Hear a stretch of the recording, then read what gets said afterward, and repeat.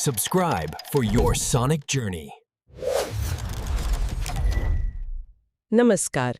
आज हम बात करने वाले हैं एक ऐसी फिल्म की जिसका सबको इंतजार है, जॉली LLB 3। हाँ बिल्कुल, ये फ्रेंचाइजी बहुत पॉपुलर है और तीसरी फिल्म से उम्मीदें तो मतलब काफी ज्यादा हैं। और हमारे पास जो जानकारी आई है उसमें काफी कुछ है।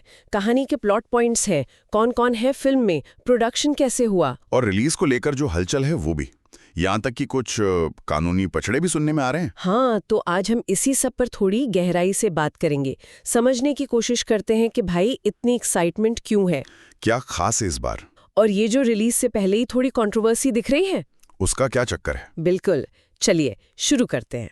तो सबसे पहले सबसे बड़ी खबर, हाँ, ये तो मतलब हेडलाइन है कि इस बार कोर्टरूम में एक नहीं दो जॉली। जी हाँ, अक्षय कुमार वाले जॉली, एडवोकेट जगदीश्वर मिश्रा, और अरशद वारसी जो ओरिजिनल जॉली थे, एडवोकेट जगदीश त्यागी, दोनों आमने सामने एक दूसरे के खिलाफ केस लड़ते हैं। ये तो कमाल का आइडिया है, मतलब फ्रेंचाइजी में पहली बार ऐसा हो रहा है। और ये देखना बहुत दिलचस्प होगा क्योंकि दोनों एक्टर्स की अपनी अपनी फैन फॉलोइंग है, अपनी कॉमिक टाइमिंग है। सही कहा। अक्षय का जॉली थोड़ा क्या कहते हैं, शो वाला था। हाँ, लार्जर देन लाइफ टाइप। और अरशद का जॉली ज्यादा जमीनी, आम आदमी जैसा। तो इन दोनों का टकराव, वाह, मजा आएगा। कहानी में एक नया एंगल तो जरूर आएगा इससे। बिल्कुल, देखते हैं इसे कैसे निभाया गया है।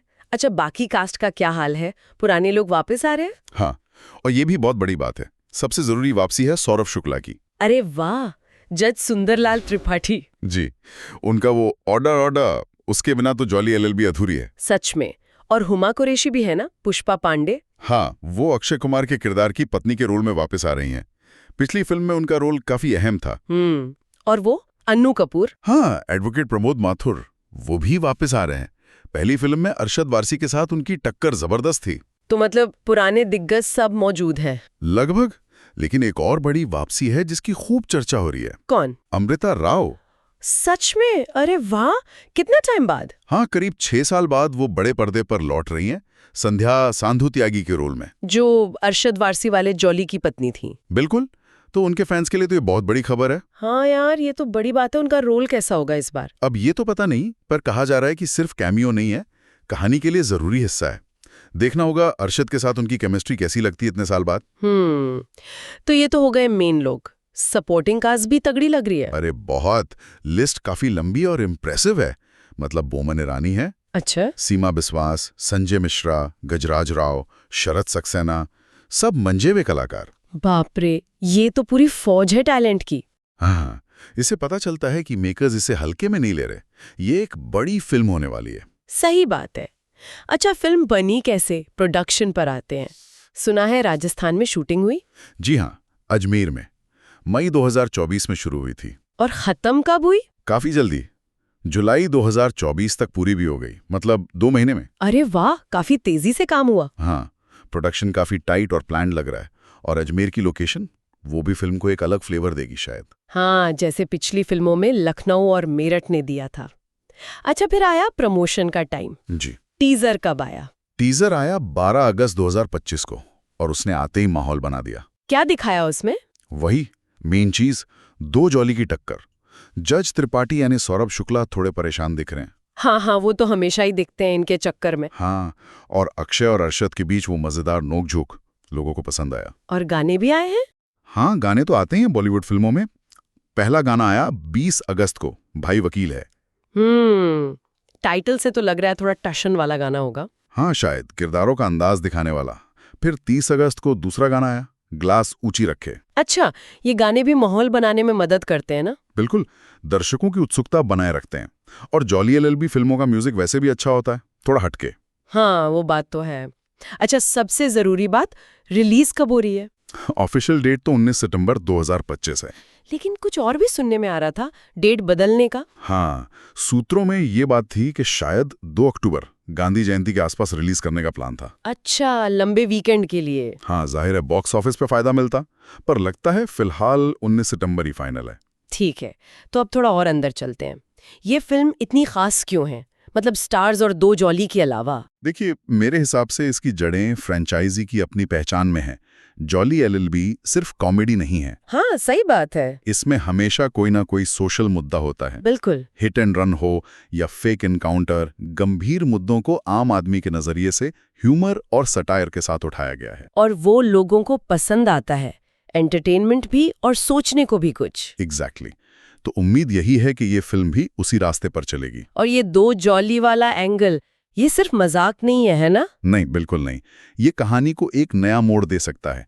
अक्षय और अरशद दोनों की कॉमिक टाइमिंग जबरदस्त है, पर स्टाइल अलग है। हाँ, उनका टकराव, उनकी केमिस्ट्री या शायद दुश्मनी, ये देखना इंटरेस्टिंग होगा। सही कहा।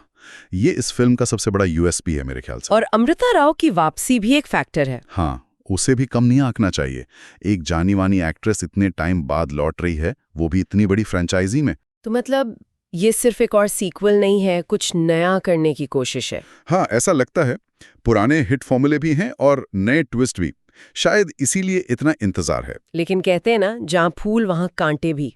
कुछ विवादों की भी खबर है, और यहाँ हम साफ कर दें कि हम सिर्फ वो बता रहे हैं जो सूत्रों से पता चला है। हाँ, ये जरूरी है। हम किसी का पक्ष नहीं ले रहे। तो क्या है ये विवाद? पहला मामला अजमेर का है, जी। जहाँ शूटिंग हुई थी। वहाँ के बार एसोसिएशन के प्रेसिडेंट ने एक शिकायत दर्ज कराई है। किस बारे में? आरोप वही है कि फिल्म न्यायपालिका का मजाक उड़ाती है, जजों और वकीलों की इमेज खराब करती है। ये आरोप तो पहले भी लगे थे। हाँ, इस फ्रेंचाइजी के साथ ये होता रहा है। सटायर और बेइज्जती के बीच की लाइन बहुत पतली होती है, खासकर ऐसे सेंसिटिव मामलों में। और एक और मामला पुणे से भी है। कोर्ट ने नोटिस भेजा है। हाँ, पुणे की एक सिविल कोर्ट ने अक्षय कुमार, अरशद वारसी और कुछ और लोगों को नोटिस भेजा था। 28 अगस्त को पेश होने के लिए कहा था। अरे, वो किस लिए? वो एक वकील की याचिका पर था। उनका दावा है कि फिल्म में लीगल प्रोफेशन को गलत तरीके से दिखाया गया है। अच्छा, जैसे कि? याचिका में एक खास बात कही गई है कि फिल्म में जजों के लिए मामू जैसे शब्द का इस्तेमाल हुआ है। क्या? मामू? हाँ, ऐसा आरोप है। और याचिकाकर्ता का कहना है कि ये न्यायपालिका का घोर अपमान है। अगर ये सच है तो ये तो मतलब काफी सीरियस बात है। बिल्कुल। और यहीं वो बहस फिर शुरू हो जाती है। क्रिएटिव फ्रीडम कहाँ तक, किसी पेशे की गरिमा कहाँ से शुरू। जॉली एलएलबी जैसी फिल्में समाज पर कटाक्ष करती हैं, पर क्या वो लिमिट क्रॉस कर रही हैं? ये सवाल उठता है। अभी फिल्म देखी नहीं है तो कहना मुश्किल है कि आरोपों में कितना दम है। हम तो बस जो जानकारी उपलब्ध है वो बता रहे हैं। सही बात है। तो अगर हम सब कुछ समेटें तो जॉली एलएलबी 3 की पिक्चर क्या बन रही है? देखिए, ये एक हाई प्रोफाइल सीक्वल है। सबसे बड़ा pull factor 2 Jolly, Akshay versus Arshad.